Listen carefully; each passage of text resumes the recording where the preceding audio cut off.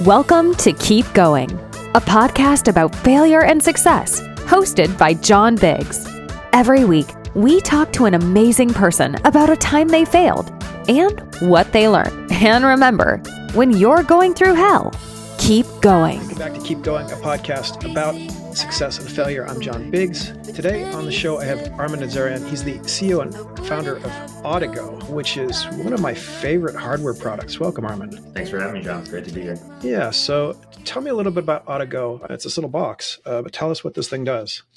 Yeah, so Audigo is a smart wireless microphone and mobile app that make it possible for anybody to create great sounding audio and video content. So we're focused primarily on musicians right now and really excited about giving anybody who plays an instrument, sings, makes music, the tools they need to capture their work and share it with the world. Okay, so tell us the story behind that. I mean, it seems like a no-brainer if you think about it, but I can't imagine it was very easy to build. Yeah, I mean, to kind of know the full story, you got to go back a little ways. I grew up playing music. I'm a drummer, played a ton of music in high school. It was kind of my life. Decided when I went to college to go more of the engineering route and studied engineering and business. Out of college, I ended up at Tesla, where I kind of became an expert in bringing hardware and software together. My role was really focused on working cross-functionally and creating products that were seamlessly integrated. And that really opened my eyes to how great of a product experience you can build when you own that entire tech stack. So kind of with that as my background,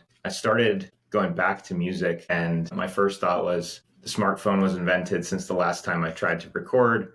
There's all these great platforms to share content on. Surely this must be easier for everybody. But what I found was the major hardware players were still kind of making the same products they were always making. They looked a little different. And the software players had kind of adapted as well. But nobody had really taken a step back and said, hey, we have these supercomputers in our pockets. What could we build that would unlock this for everybody? And that really got me excited. So I eventually decided to leave my job at Tesla and start Audigo.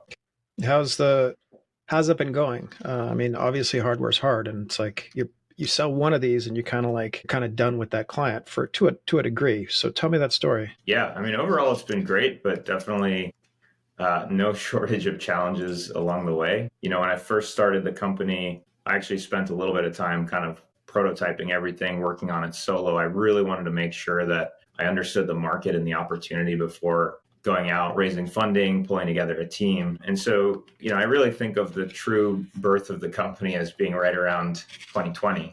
We raised our first round of funding. I went out and hired our core team that put together the first hardware and software product. And 2020 was a pretty rough year to be starting a hardware company. So tons of challenges there. I mean, we were trying to select components for the electronics during a global chip shortage, let alone being in a pandemic. So we had parts that typically would take 12 weeks to purchase, like a 12-week lead time. Those lead times were shooting up to 65 weeks. So really hard to commit to what product you were going to be building when the landscape was just shifting entirely underneath you at any given moment. Yeah, that sounds wild. I mean, you could have, I'm assuming that this is made in Shenzhen somewhere, and getting over there to actually look and see product that these guys could build for you was probably fairly difficult, right? Yeah, I mean, it definitely shaped our approach to our supply chain. You know, we kind of made some choices on where to source material, where to assemble material. We ended up doing a lot more in-house first than we maybe otherwise would have.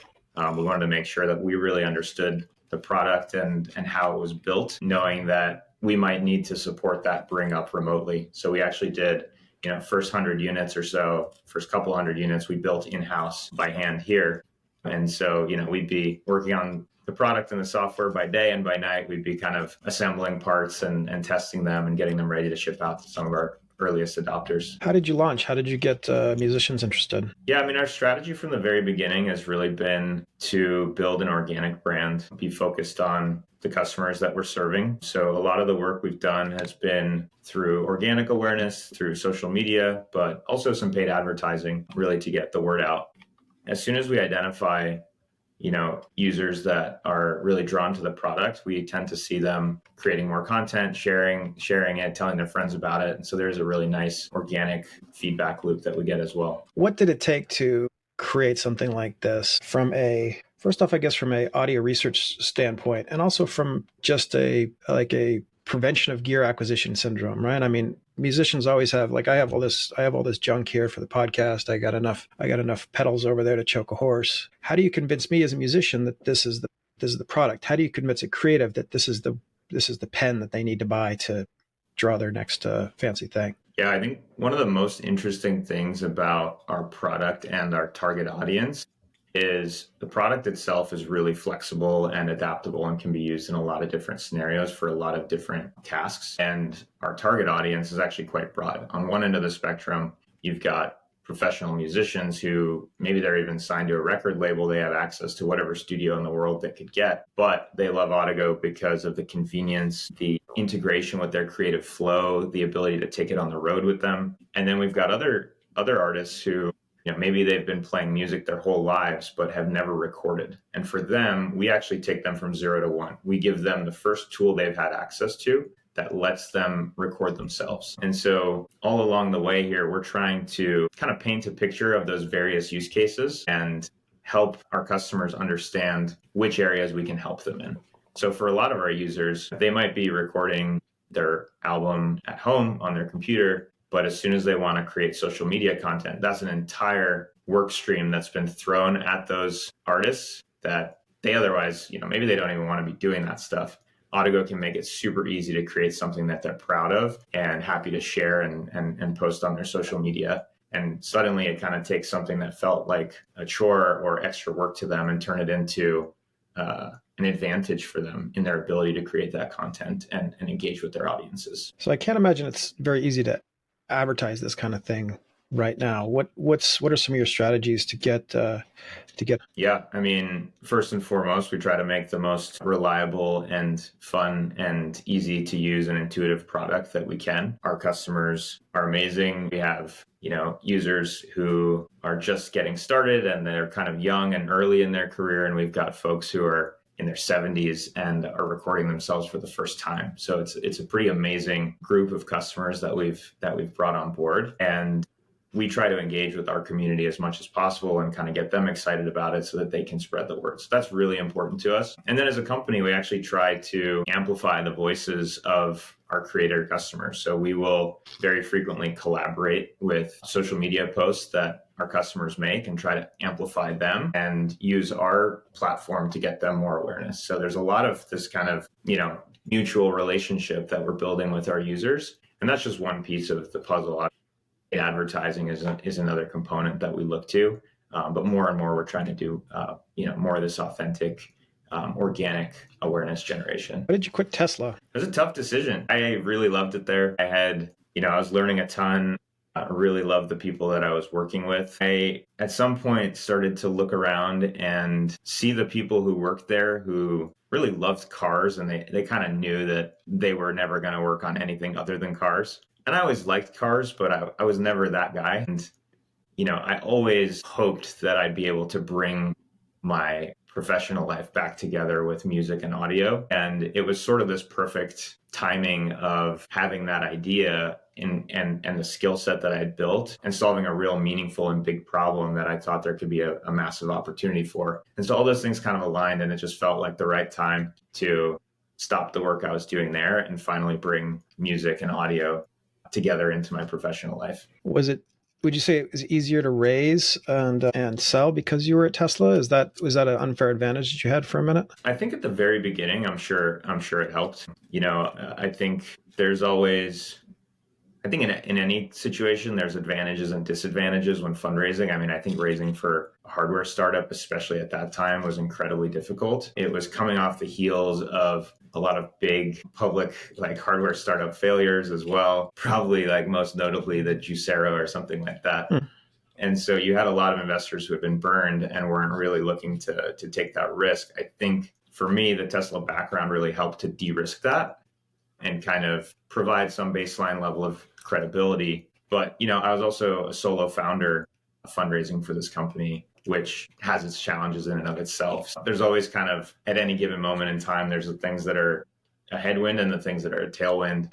And it's all about timing. So you kind of got to play to your strengths and raise what you can when you can. What would you recommend for folks who might be in a same position? Maybe they're at an Amazon, maybe they're at the biggest company in their town, and they've got an idea, what would you recommend to like take that step? Yeah.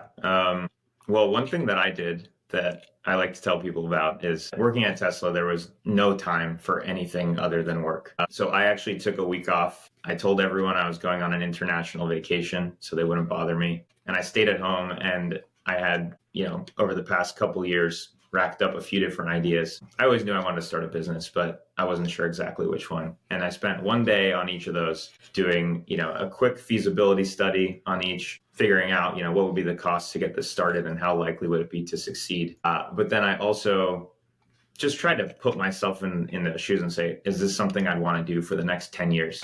Audigo obviously was the one that stuck for me, but that was a really important step and time that I took to kind of give that idea a little bit more space to breathe before making obviously a really big decision. The other thing that that I used as sort of a more, maybe an easier way to take the leap, which I like to share with people too, is, there's plenty of people, especially at that time around me, who were quitting their jobs to go to business school or to go back to engineering school. And to me, I said, hey, this is a great opportunity. I'm going to learn more in 2 years than I would in any educational program. And yeah, I'm not going to be taking a salary, but I'm also not going to be paying for that school. And so that kind of helps shift the financial equation mentally too, which sometimes you just need a little bit of a reframe to be able to justify taking those big risks. What's next for the company? Well, we've got a ton on the roadmap. We've got an amazing team assembled here, especially over the last year.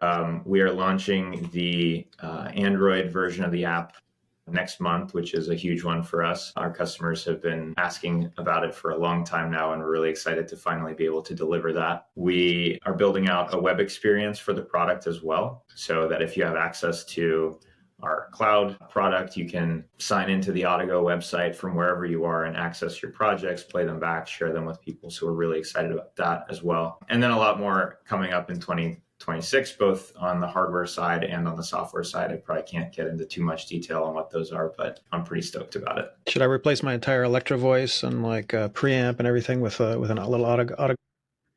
I think you should just keep expanding your usage and see where it takes you, and keep sending us feedback about it. Ironically, you're wearing AirPods, so you got to use your own. You got to eat your own dog food, I guess. Yeah, I mean that's kind of a funny thing. We are focused a lot on kind of the music applications right now. Definitely see podcasting as a direction that we could go in the future, but we're like. I think one of the really special things about our product is it is built for the music use case, and there's not too many other products out there that can say the same thing. Well, do me a favor when you get a chance. So I'll put this in the podcast. Send me like something recorded with an iPhone, something actually good because I can't play very well, and then something recorded with Audigo. And we'll kind of put like a little taste test at the end. That'll be a lot of fun. Sure. Yeah. I think we can pull something together. All right, Armin, this has been great. I'm really happy that we got to talk because it's one of my favorite products. Yeah, likewise. Thanks, John, and thanks for being a customer. All right. This has been Keep Going. I'm John Biggs. We will see you next week. Thank you for listening to Keep Going, a podcast about success and failure. Remember, Keep Going is entirely listener supported. If you're listening to this, please head over to keepgoingpod.com, where you can subscribe to the podcast for as little as $5 a month. This is a labor of love, and every little bit helps. Thanks for listening.